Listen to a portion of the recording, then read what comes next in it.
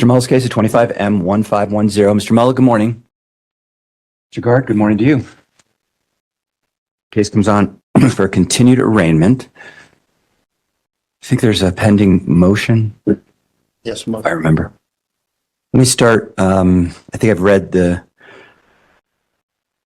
defense position based on the motion. Okay. Let me just hear from Mr. Muller then. Mr. Muller, you understand the motion Mr. Guard filed? Yes, sir.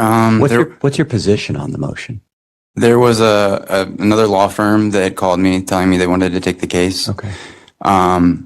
They told me that I had to fire him before I hired them on. Okay. Then when I called them back and I had let them know that I had let him go, that they wanted $6,000 from me. Yeah. So now I don't have representation. So.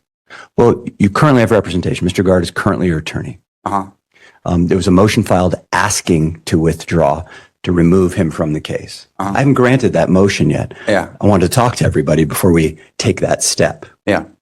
So what is it that you want to do as far as representation goes? What do you want to do?